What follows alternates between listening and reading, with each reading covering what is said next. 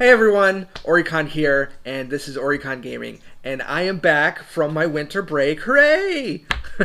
So today I wanted to do a little video, something that's actually been requested by other people on the channel, and that is a how to play video for the Digimon card game. Before that, though, I would like to take a little second to talk about the state of the game as it is. When I bought in on the pre-sale, the November pre-release, I had no idea what the demand for this product was going to be. I believe, like, nationwide, pretty much sold out on the first day of release. So, suffice to say, it's hard to get. If you want to buy in, I would suggest waiting. Waiting how long, we're not sure. The full release is on January 29th. If you can find a good price for these boxes that are coming out on the 29th, check your local game shop. They might still have some pre-orders. Then, go quick, get them. The first set's January 29th. The second set is coming out February 26th. They will not be as cheap as they were with the pre-release. I've already checked. Not many places are being that cheap anymore. But some places are still reasonable. The place I'm getting has them for retail price, which is around $100. Same price as what you would pay to buy all of the packs individually. But some places, especially on the secondary market, are closer to 150, 180, even like $200 plus, and it's just not worth that much. If you want to get in, I would suggest waiting. But if you really want to play this game, buying in, for that high of a price, it's up to you. We don't know if these cards will ever be reprinted. After the January 29th release, what's there is going to go quickly, probably first day, just like last time. And from there, the price of these boxes are just going to go up until we get news of a reprint. So if you want to get in, just try and find it for around $100. More than $100, I would suggest no, but it's up to you. There are a couple ways to try the game out. There is a tutorial on the Google App Store, and I believe on iTunes as well. Just look that up, Digimon Card Game. It'll teach you how to play. It's actually pretty fun. There's like 3 decks to choose from. I had fun with it before I got my cards. And there's also something that you can buy on Steam called Tabletop Simulator. Lots of people play through that. There's like a mod that adds in the Digimon cards for that. And it's about like $10 to buy. And that will allow you to try out the game, see if you actually like it. And then you could also like print out proxies and play with that. You won't be able to play at locals or tournaments or anything, but playing with your friends, just play with pieces of paper with the pictures of the cards on them. It's no big deal. Having said that, let's see how to play this game, because I think it's really fun. It's really unique, unless you've played a game earlier called Chrono Clash. It's kind of similar to that, but other than that, it's like nothing I've played before, and it's just really fun. So let me teach you how to play. Alright, so this is a collectible trading card game, so first thing to think about when getting into a game like this is deck construction. What do you need to build a deck? There are actually very few rules. There's a lot of freedom in deck building in this game. First off, 50 cards. Exactly 50 cards in your deck, no more, no less. And other than that, the only other rule is no more than 4 cards of the same number. So, say, just for instance, I've got these cards here. They are all Gabumon. It's the same Digimon. But if you take a look at these cards, there is a number here next to the name, BT269. And for this one is ST23. This is a starter deck card. They're 2 different cards. They've got different abilities. It's just the same Digimon. So you could technically have like 4 of this Gabumon, 4 of this Gabumon, and even 4 of this Gabumon in your deck. It just has to be only 4 cards of the same number. And those are the only strict rules to deck construction. There are some other not so strict rules. There are 6 colors in the game. It's kind of like an archetype. red, blue, yellow, green, black, and purple. And most people, there's no rule against playing multiple colors in a deck, but most people try to stick to one color, maybe with a splashing of another color, for the sake of consistency and for some other reasons that I'll get to in a minute. There are 4 types of cards. First one is Digimon cards. These are your bread and butter, the equivalent of creatures in Magic, and your deck is going to be mostly these cards. From the top here, you've got, on the top left, play cost of 6 and Digivolve cost of 2. That's it costs 2 memory to Digivolve this on top of a level 3 purple Digimon. So that is mostly why you play 1, maybe 2 colors in your deck, because you're going to have Digivolving as the main way of card draw, and it's the main way of getting Digimon onto your field is Digivolving. So level 4, level 5, etc. It goes all the way up to level 7, and you just Digivolve similar to Pokemon. But you can also, that's what the top number is also for hard casting. So say I want to play this Garurumon, I could Digivolve for 3 onto a level 4 purple Digimon, or I could just hard cast him onto the field by himself, and that would cost 7 memory. I'll get into memory in just a little bit. There are also, this is the DP, or Digimon Power. That's basically how powerful the Digimon is. And then here is the ability the Digimon has, the level and name and card number. And then down here at the bottom is an inherited ability. This ability does not work for this card, but if you evolve on top like this ability will work for the next card up that you evolved into. So that's Digimon at a glance. The next set of cards that are available are Tamer cards. They've got a cost to play, just like Digimon, and an ability, and most of them have a security ability. These cards, you play them onto the field, and they usually have, some of them have an ability that activates when you play, some of them have a continuous ability throughout the playthrough, but they stay on the field and have a continuous ability, and those are Tamer cards. Then you also have option cards. These are similar to spells from Magic. They are one-use cards. You pay the cost, play the card onto the field, and it activates its ability, and then it goes into the trash. These also have security effects. Remember that for later.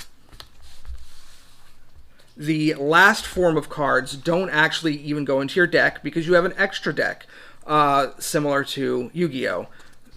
This deck, it's optional. You can have anywhere from 0 all the way up to 5 cards in this deck, and this is called a Digi-Egg deck. These Digi-Egg cards, it's similar to a Digimon, except it cannot attack, so it has no power. You don't play it onto the field, so it has no cost.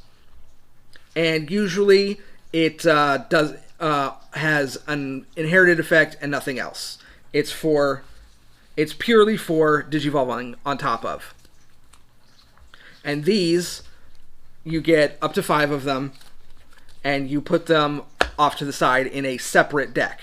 So basically, you construct a deck of 50 cards plus 5 Digi-Egg cards, so 55 total. And you can have as many colors as you want, but you're gonna want to stay to one color and then maybe splash in a little bit of another color, because some cards, their abilities are so good that they can work in most any deck. But the colors all have their own strategy, they synergize with each other, so I would stick to one color.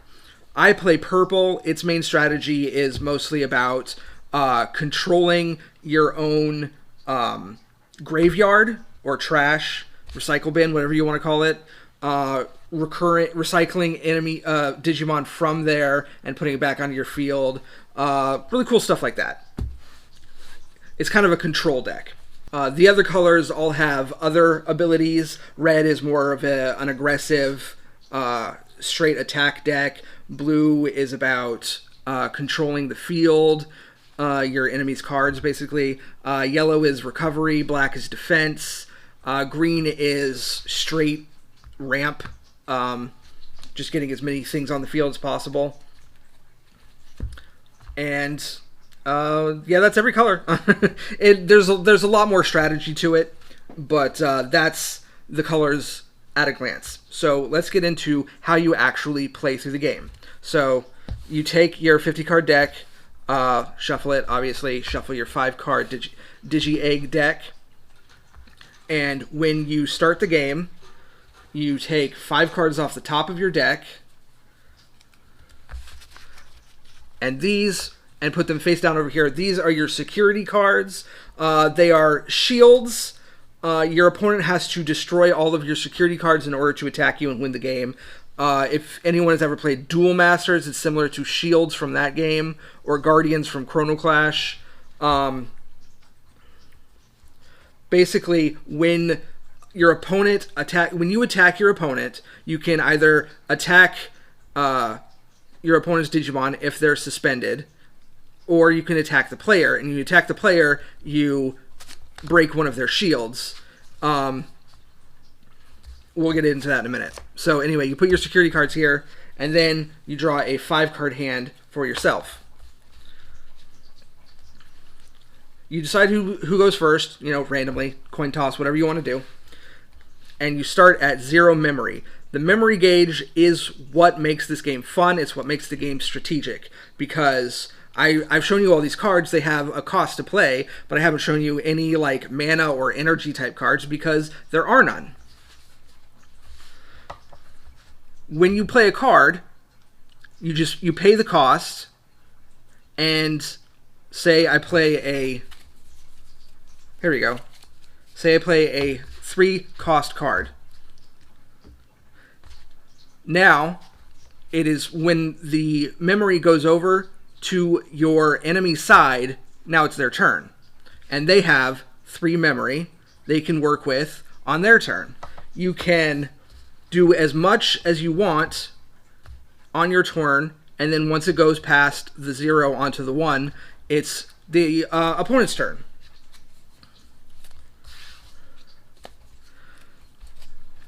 So, for instance, a normal turn goes like this. There are phases. The first phase is the unsuspend phase. Let's say I've already got something on the field. When you play it first, it's got Summoning Sickness, which means it cannot attack on the first turn that you play it. But say I already had this one and I attacked. When you attack, you suspend, or rest, or tap, or whatever you want to call it. There's lots of names for this in card games.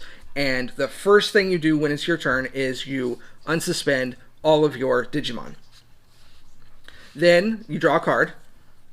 The first person on their first turn does not draw a card, but then every other time, draw a card on your turn.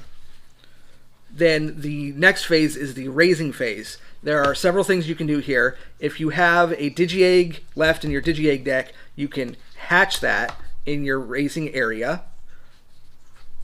Or you can, if you have these in your raising area, you can, and if something you had evolved on it the first turn, like if there's something like this in your raising area, a level 2 and a level 3, another thing you can do on your raising phase is bring it out into your battle area. Or you could do nothing. If you, say, for instance, have a level 2 there, and don't have a level 3 to put on top of it the previous turn, it has to stay in the breeding areas because level 2s cannot exist by themselves out here. They have to stay in the breeding area. And breeding areas are, it's still part of the game field, so it's considered in play by card effects, but it is not affected by any card effect. It's safe, it can't do anything, it can't be affected by anything. Unless the card specifically says breeding area. And now we get into the real meat and potatoes, the main phase. Main phase, you can do basically anything you want to do. You can attack your opponent, attack your opponent's Digimon that have been suspended previously, You can play a Tamer or an option card, or you can Digivolve. And everything other than attacking, every one of those actions costs memory. So there's no like attack phase. You can do as much of that as you want in any order that you want, as long as you have the memory for it. So say I evolve there, I've got 3 memory, it goes to 0, it's still my turn, I can do something else.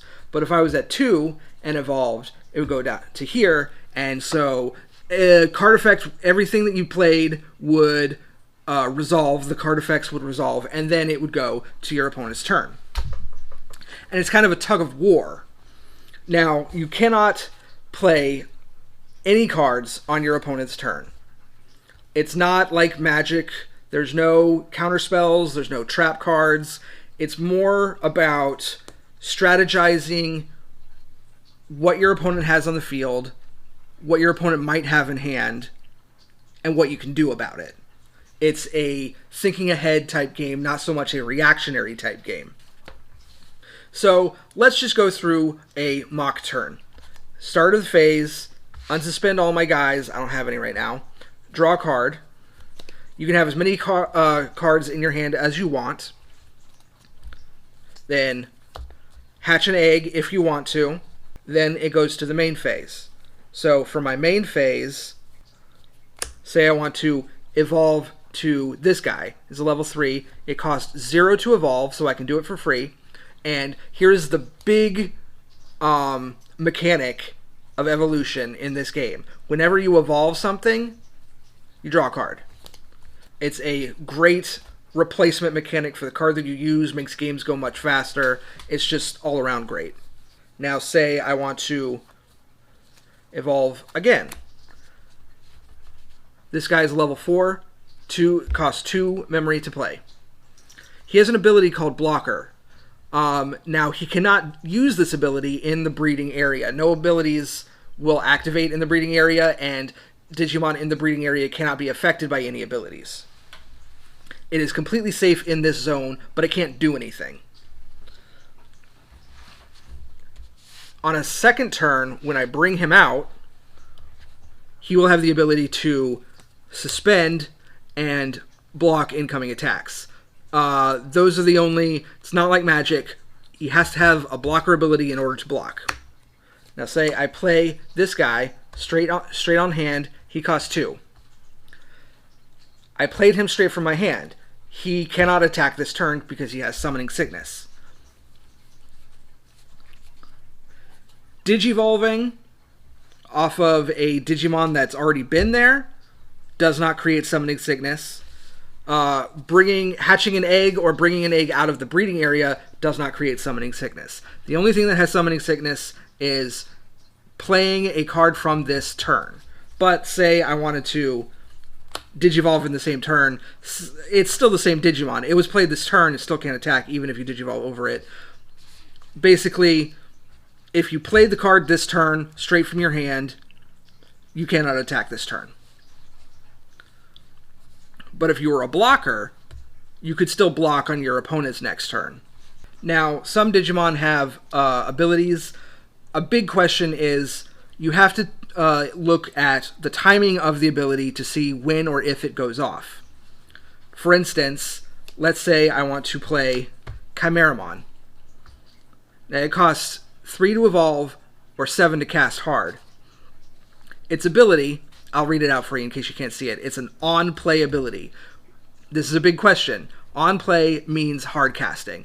The ability will not activate if I say evolve there. That's digivolving. It's different than on-play. So here, on-play ability, I get to destroy one of my own Digimon in exchange for destroying one of my opponents. And that ability will only activate if I hardcast it and pay the 7 memory. So let's say I pay the 7 memory. Now it's my opponent's turn, and they have 7 memory with which to play around with on their turn.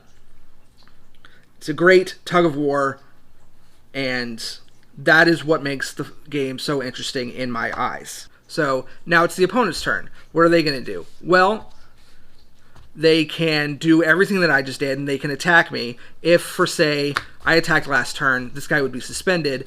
They could attack this Digimon directly. They cannot attack him directly. Or they can attack me, the player, which would break one of my security cards, my shields. So let's say they do that. Let's say I could block with him, but I'm not going to. Let's say they attack me directly and break one of my security cards. You flip it, and if it is a Digimon, like this is, you compare the DP between this security Digimon and the attacking Digimon, and whoever's highest wins. If he's higher, he beats it. If he's lower, he dies. This is just a security card. It's going to go into the trash no matter what, but you're just trying to see if the attacking Digimon will die or not. This is just a comparison of DP. They're not reducing DP. DP is not like a life meter that gets reduced through attacking. There are certain cards that will reduce DP, but battling another Digimon will never reduce any DP. It's just a comparison of numbers. So that's what happens when a Digimon shows up from a security check. Here we go. Say you check a security or destroy a shield, whatever you want to call it, and a option card shows up. That's where this down here comes into play. If a security card has a security effect, it activates once it's checked in security. This card's security effect is activate this card's main effect, which just means do this up here. Other security effects will be like add this card to hand, or even something completely different from the main effect that's only in security. And that's how security works. Once you've gotten through all the security, then it will take another attack in order to win the game. You can also win the game by decking out your opponent, but only when they are trying to draw at the start of their turn in the draw phase. Not other draws through like Digivolution or anything like that. So that is a example turn for the Digimon card game. Hopefully this was a little bit of help. I realize it's not the same as actually seeing a game being played. I will probably have a video up later in the week of an actual game being played, and that will help maybe alleviate some questions. Let me know in the comments if you have any questions I can answer. It's just a great game, and I really want as many people as possible to enjoy it. And so with that, just like, comment, subscribe. If you want to see more videos like this, I'm going to be focusing for a little while on some more video game type videos. I haven't done too many on this channel, and I really want to get into that, but the Digimon card game has kind of distracted me for a while. But anyway, let me know in the comments what you thought of the video, and, you know, request what you want to see in the future about the Digimon card game, or any card game, really. Any game, period. I am open to suggestions, and I will see you all in the next video. Bye.